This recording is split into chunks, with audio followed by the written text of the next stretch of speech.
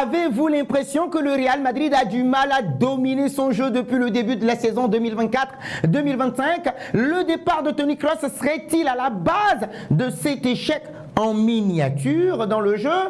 A-t-on véritablement besoin d'un nouveau Toni Kroos au milieu de terrain? Quel est véritablement le problème du Real Madrid? L'arrivée de Kylian Mbappé avait-il véritablement créé de l'espoir au niveau des supporters qui voyaient en lui un joueur capable de marquer jusqu'à 50 buts par saison? Et les amis, autant de questions à laquelle une légende du Real Madrid a répondu et a donné des situations, enfin des pistes de solutions pour que le Real Madrid sorte de cette impasse-là. Et il n'a pas oublié également de parler du dernier derby madrilène qui a affiché une mauvaise image du football espagnol. On en parle dans cette capsule, mais avant les amis, n'oubliez surtout pas de vous abonner sur cette chaîne, d'activer la cloche de notification pour ne rien rater de l'actualité autour du Real Madrid. Et on vous annonce également ce match à 19 h aujourd'hui même, ce samedi 5 octobre 2024, Real Madrid Villarreal au Santiago Bernabéu en live commenté à partir de 18 h les amis. Restez avec nous, nous allons parler des compositions probables et voir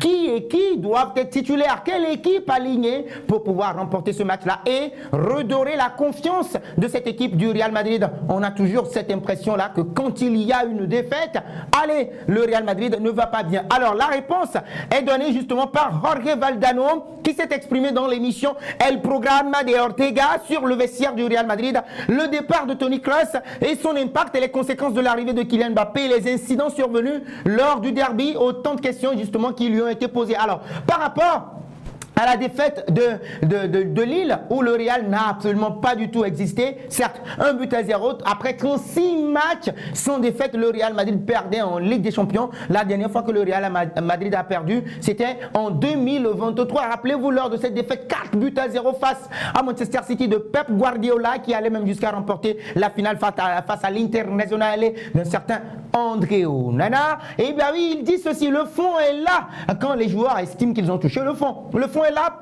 pour reprendre une impulsion, n'est-ce pas? Au Real, il n'y a rien de plus facile que de toucher le fond, c'est-à-dire que si vous perdez un seul match sur 40, et là je serai d'accord avec lui, un seul match sur 40, et bien oui, directement vous touchez déjà le fond parce que c'est une équipe programmée à gagner. Cette équipe n'est jamais habituée à une seule petite défaite. Et donc, quand vous perdez un match, vous êtes automatiquement dans le fond. Vous avez touché le fond et donc psychologiquement, les joueurs sont préparés à affronter ce genre de situation et le mieux est d'affronter ça collectivement. On a pour habitude de désigner les coupables avant de chercher les raisons qui causent la frustration. Donc, Don Carlo Ancelotti va travailler là-dessus.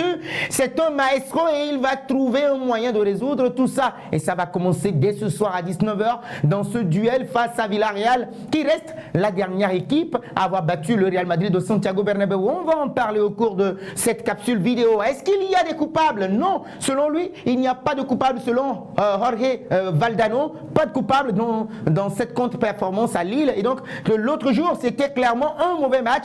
Il y a des responsabilités pour tout. Le ballon ne sortait pas proprement de l'arrière. Il n'y avait pas de fluidité au milieu de terrain et il n'arrivait pas en haut justement, en tout cas pas dans de bonnes conditions. Alors est-ce qu'on va mettre ça sur le dos d'Hendrick s'il ne reçoit pas de bons ballons dans des conditions qui permettent justement de le jauger footballistiquement? Alors on peut lui donner un peu de responsabilité. Donc oui, c'est vrai, certes lui aussi il a manqué 2 occasions de pouvoir marquer dans cette première titularisation en Ligue des Champions. La question des provocations au derby et qui ne provoque pas, jusqu'à quand un gardien va pouvoir supporter tout ça? Alors là, Jorge Valdano, justement ancien joueur et directeur sportif du Real Madrid, répond par ceci: ce n'est pas facile d'aborder ça. De toute façon, il ne faut pas faire une norme de ce qui est extraordinaire. Ce qui s'est passé l'autre jour, ce n'est pas normal non plus dans le football espagnol. J'étais à Barcelone et au Real Madrid cette semaine et les 2 groupes de supporters qui jouaient contre ces 2 équipes ont allumé des dizaines de fusées éclairantes, ce qui est absolument interdit. Et donc, mais ce qui s'est passé l'autre jour est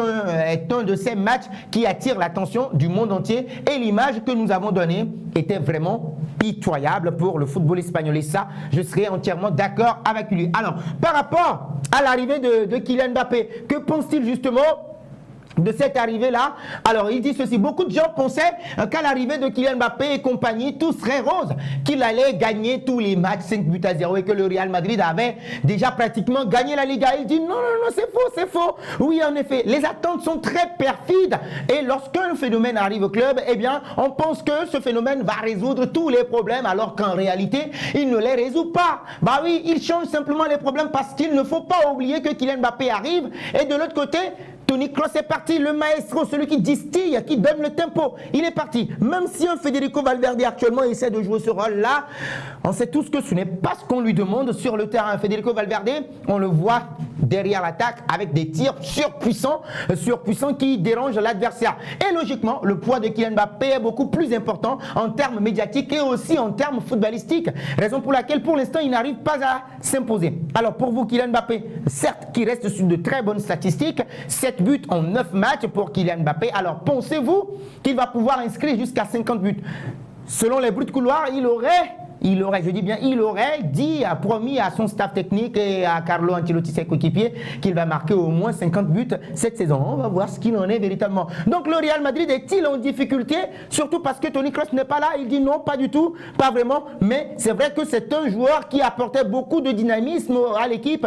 C'est incroyable parce qu'il donnait une dynamique à l'équipe en marchant. Mais dans le football, il n'y a pas seulement une vitesse physique et une vitesse mentale. Il y a aussi une vitesse technique. Et dans ces deux dernières vitesses, Kroos a été extraordinaire au sens littéral du terme, hors de l'ordinaire. On sera d'accord avec lui. Alors par rapport à ce match-là, Real Madrid, Villarreal, les amis, je le rappelle que vous pourrez suivre en live, commenter sur cette chaîne Real de Madrid. N'hésitez surtout pas à vous abonner. Sur YouTube, Real de Madrid, vous me retrouverez en live commenter à partir de 18h30 prise antenne pour parler justement de ce match et le commenter comme si vous y étiez tout simplement. Alors le coach de Villarreal s'est exprimé là-dessus. Marcelino, la dernière équipe à avoir gagné au Bernabéu en 2023, c'était nous. Eh bien oui, l'entraîneur de Villarreal a livré ses impressions avant le déplacement de ce jour sur le stade du Santiago Bernabéu par rapport aux absents. José Pérez est en train de récupérer. Denis Suarez n'est pas là pour jouer ce match-là et il est revenu justement à ce match à Madrid. Nous abordons ce match avec beaucoup d'excitation. C'est une équipe qui a presque tout gagné l'année dernière. Nous y allons avec tout notre enthousiasme, toute notre ambition, sachant que nous avons affaire à une grande équipe. Après 37 matchs sans défaite, ils en ont perdu un et donc ils n'ont pas perdu au Santiago Bernabéu depuis 2023. Et la dernière équipe à avoir gagné là-bas, c'était Villarreal. Nous savons que ce sera difficile, mais ça n'enlève rien à notre enthousiasme et à notre ambition. Nous devons montrer notre meilleur niveau dans toutes les facettes du jeu. Et là, ça envoie une sorte d'alarme, oui, d'alerte justement à l'équipe de Don Carlo Ancelotti qui n'a absolument plus le droit de se louper sur cette occasion-là. L'absence d'José Pérez, il en a parlé également. Et par rapport à ce match, oui, il a dit un match douloureux, un match qui va être compliqué pour le sous-marin jaune. Match direct entre rivaux, je ne pense pas que ce soit le cas,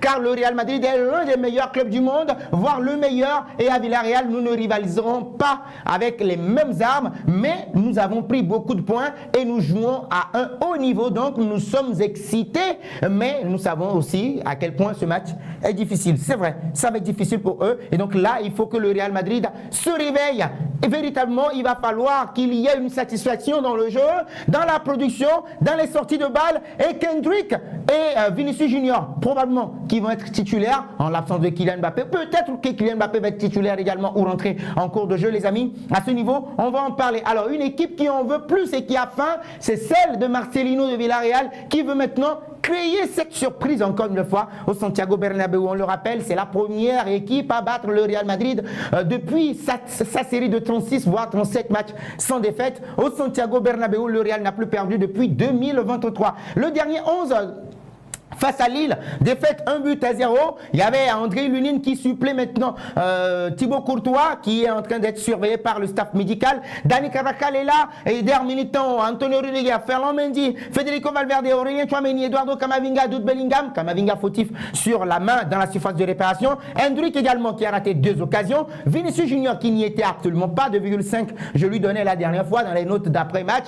Alors, pour ce match-là, on a les dernières confrontations. 28 victoires pour le Real Madrid, 17 matchs nuls, 7 victoires pour Villarreal. Et vous avez les dernières confrontations entre les deux, 4-4 le 19 mai 2024, un match spectaculaire en Liga espagnole. Et là maintenant les amis, là les compositions probables.